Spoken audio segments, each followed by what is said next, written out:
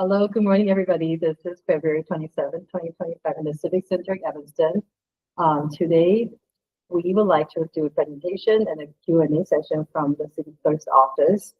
And to start, I would like to introduce our City Clerk. Hi, my name is Stephanie Mendoza. I'm the City Clerk. Hi, I'm Esperanza Castellanos, one of the deputy city clerks. And I'm Sabrina Tamara, one of the other deputy city clerks. And I'm Demore. I'm one of the data analytics apprentices. I'm Martin. I'm a Northwestern student. I'm Oscar. I'm also a Northwestern student intern. So we'll start with a presentation from Martin to go over all the tasks and then all the responsibility of our office. And before that, I would like to dismiss other staff back to the office because we're a very busy office.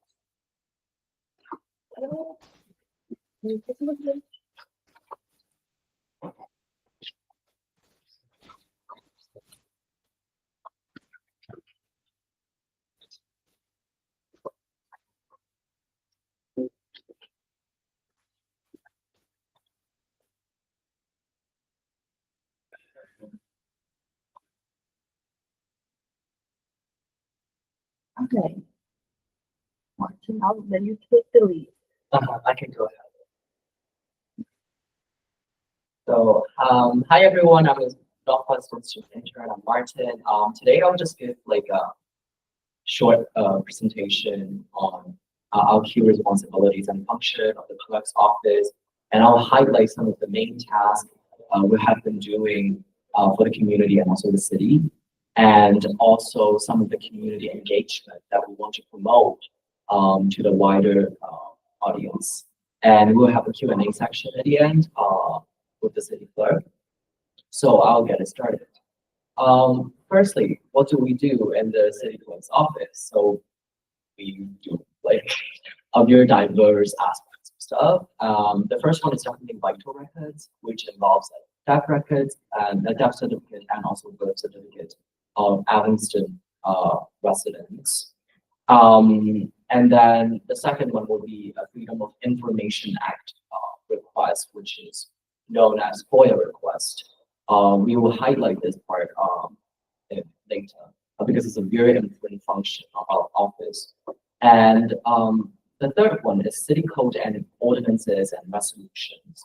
So we also oversee all the documents of like ordinances and resolution passed in the city council, and we help codify the ordinances in the city.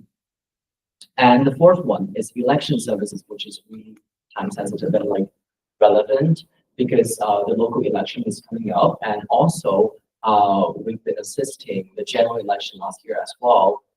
Me personally have been helping with like taking up like phone calls from like people asking about like voter registration questions. So election service is also a main part of our city clerk. And then is the city council, as we mentioned before. And actually over the term of Stephanie, we've been helping with like over 100 meeting minutes in the city council over the past like 4 years. And then we also oversee boards, commissions, and committees, which might be something unfamiliar to most of the people here. We will talk about it further. And then we also do notary services, which is $2 per document, and more functions actually. So the first one we want to talk about is the vital records. So the birth certificate is $50 each, and the death certificate is $17 each. And all the information can be found online. And we just want to mention that the vital records revenue actually over years is more than most people expected, actually. So per year we bring in over 100K revenue solely on vital records issuance. And then is a FOIA request. So for the Freedom of Information Act is a very foundation of information transparency. And a lot of people don't know how to file FOIA requests. They think it's a very difficult task, but there are like several ways to do it. You can send an email, or we actually most recommend people to go on this website called Next Request, which is a system that we use to track and provide information in FOIA. And then why we recommend this is because after you request the FOIA, you can track the process of the whole like case. So it's like really easy and simple, and it's easy and convenient for both sides. And you can just go to the website and do it. So actually, from the graph, we can see that over the year, the FOIA requests just like increase like exponentially. From 2016, we see over like about 600 FOIA requests in a year. But right now, 2024, we handle over 4,000 FOIA requests in Evanston. And the city clerk is actually the only designated, is the designated FOIA officer in Evanston. And we also connect with Northwestern students on FOIA requests, the knowledge of it, and telling them that, for example, if a student wants to go for off-campus housing, they can file FOIA requests about their property prior to their signing a contract or whatever, to know about the property violation beforehand. So we do a lot of right to know education as well in our community. And then there's a civic engagement through BCNC. So what is BCNC? Is basically boards, commissions, and committees. So in Evanston, we have over 30 active board commissions and committees, and with over 200 members who contribute their time and attention to the duty and responsibility. The city clerk's office actually manage the appointment, term resignation of the BCNC members, and yeah, like it's a really good engagement for Evanston residents in public service and civic service. And right now on the website, you can also see that there are a lot of vacancies for BCNC, and we really want people to join us in promoting civic engagement in the city. And then this one is also very, very important, and most people don't know about it, which is the digitalization projects. So during Stephanie's term, we've been promoting digitization in City Clerk's office.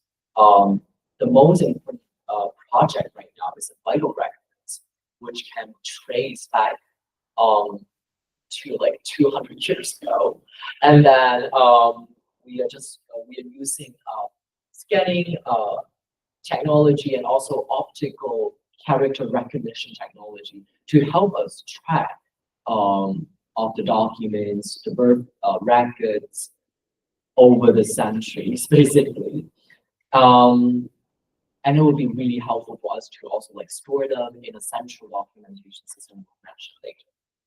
And then it's also the historical documents since 1863. It's a really big project. It involves like different departments in the city, like public works and health departments. We just aim to increase the accessibility of the documents over the year. And then to talk about this central documentation system that we use to store all the documents, which is called Laserfish. So this database management program for the system is just to secure private and public data transaction. So compared to Google Drive, it's just more efficient and better in a sense that like you don't have to worry about your data like privacy problems, and also it's easier to just like have access to our documents. So basically we are working on the ordinances and resolutions storage in this system. So right now, if you go on the website for 2025 ordinances and resolutions, is already stored in the system. It's super convenient, and we are in the process of storing the previous year's ordinances and resolutions into this system. And we are also doing the indexing for the vital records in this system, and it will be really easy and convenient for us for like the future vital records service. And then this one is a very new program that most people are not really familiar with. It's a small donor democracy matching program. So the program is aimed to be a public financing platform to empower grassroots supporters and candidates in local election.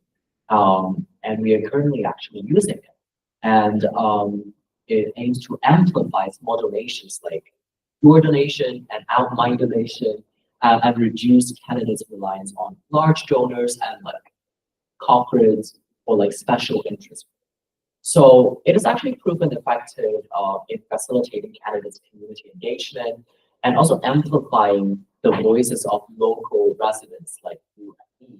So from the data here on the right, we can see that in New York, in the city election in 2009,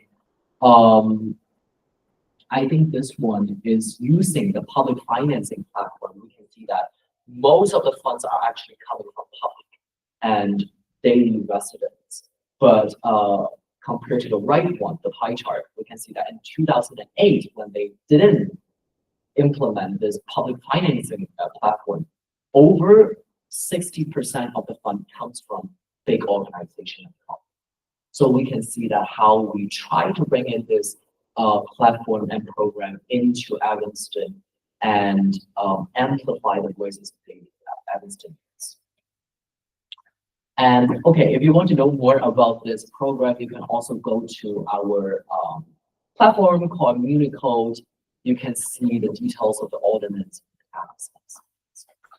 And so we're proud to say that Evanston is also the first locality implementing this type of public financing program in Illinois.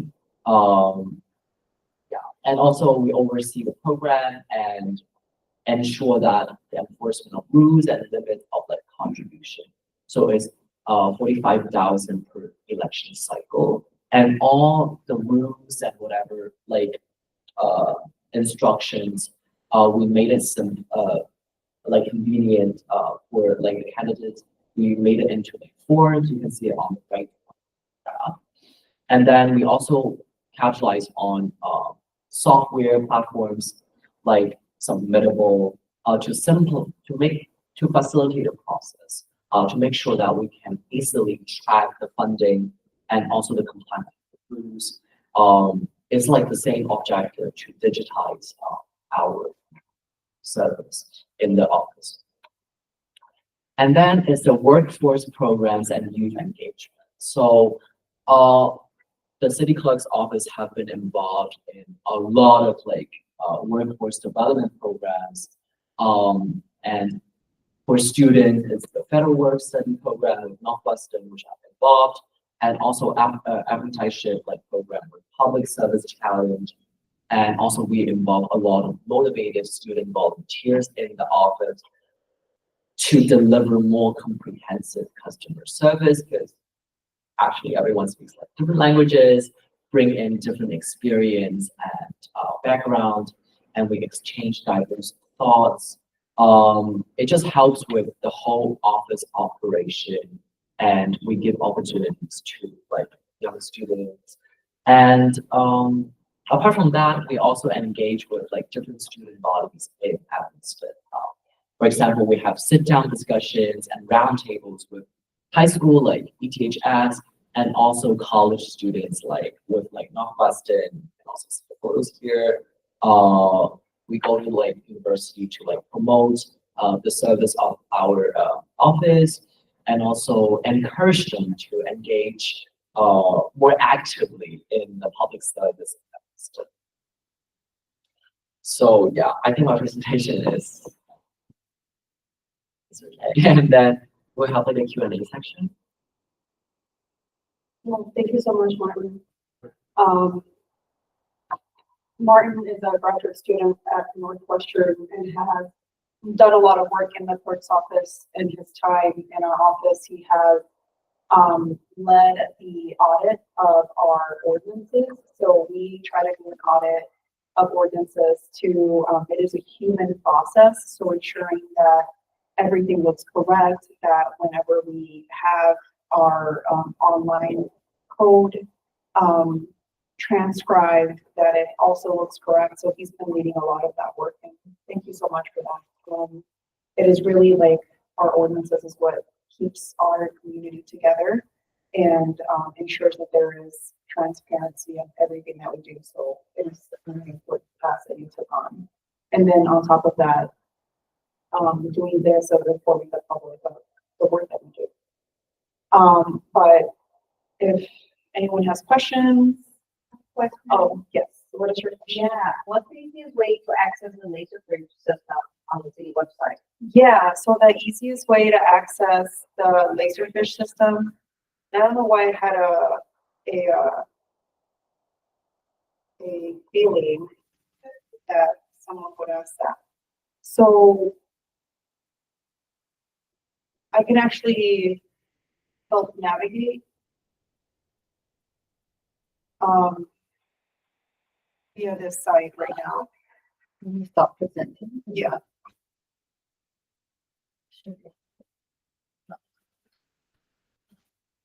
So I can do it on the You can audio. Yeah. All right, I'll stop the recording here.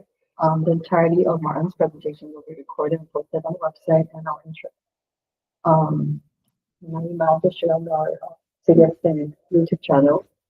Yeah. So I'll leave this on and people can have questions. I can, what I can do